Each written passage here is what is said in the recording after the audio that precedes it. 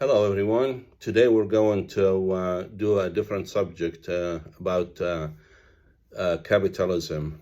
The name of the subject is Schizophrenia is the Limit of the Capitalism. With that, I'll turn the subject to my grandson, Tristan. Go ahead, Tristan. All right, thank you. So today we're going to be doing another video on Anti-Oedipus, and as I said, as my grandfather just said, it's going to be about schizophrenia being the absolute limit of capitalism.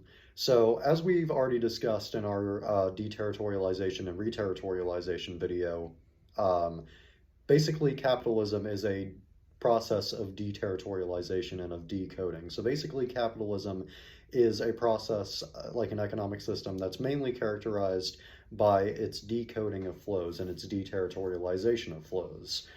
So basically, Deleuze and Guattari, they talk about schizophrenia, and they characterize schizophrenia as kind of the absolute decoding of flows and the absolute, form of deterritorialization and division and basically destruction of connections between flows. So basically, schizophrenia is the ultimate biunivocalizing force, and capitalism is kind of just like the process of biunivocalization.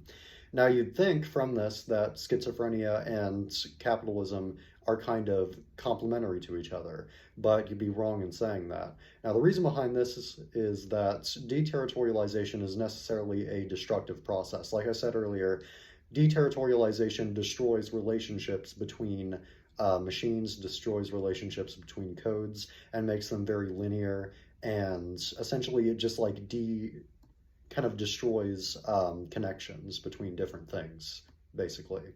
So you can see here that if deterritorialization were to kind of progress to its highest form, I guess, or its most destructive form, then obviously that would be the destruction of itself. That would be the destruction of the process of deterritorialization in the first place. So basically the absolute form of deterritorialization, which is schizophrenia, would actually be opposed to capitalism, because if capitalism were to deterritorialize like in its fullest form, were to take up the highest level of deterritorialization, were to become properly schizophrenic, then it would just destroy itself, which obviously that's not in the interest of capitalism, self-destruction. So basically, schizophrenia, it is kind of the same thing as capitalism, just like capitalism accelerated. It's kind of the accelerated form of capitalism. It's like capitalism on steroids. And because capitalism wants to, avoid schizophrenia because it would destroy itself, schizophrenia acts as kind of the absolute limit of capitalism. Specifically, what I mean by limit, it's basically like the limit to how much capitalism can deterritorialize without destroying itself.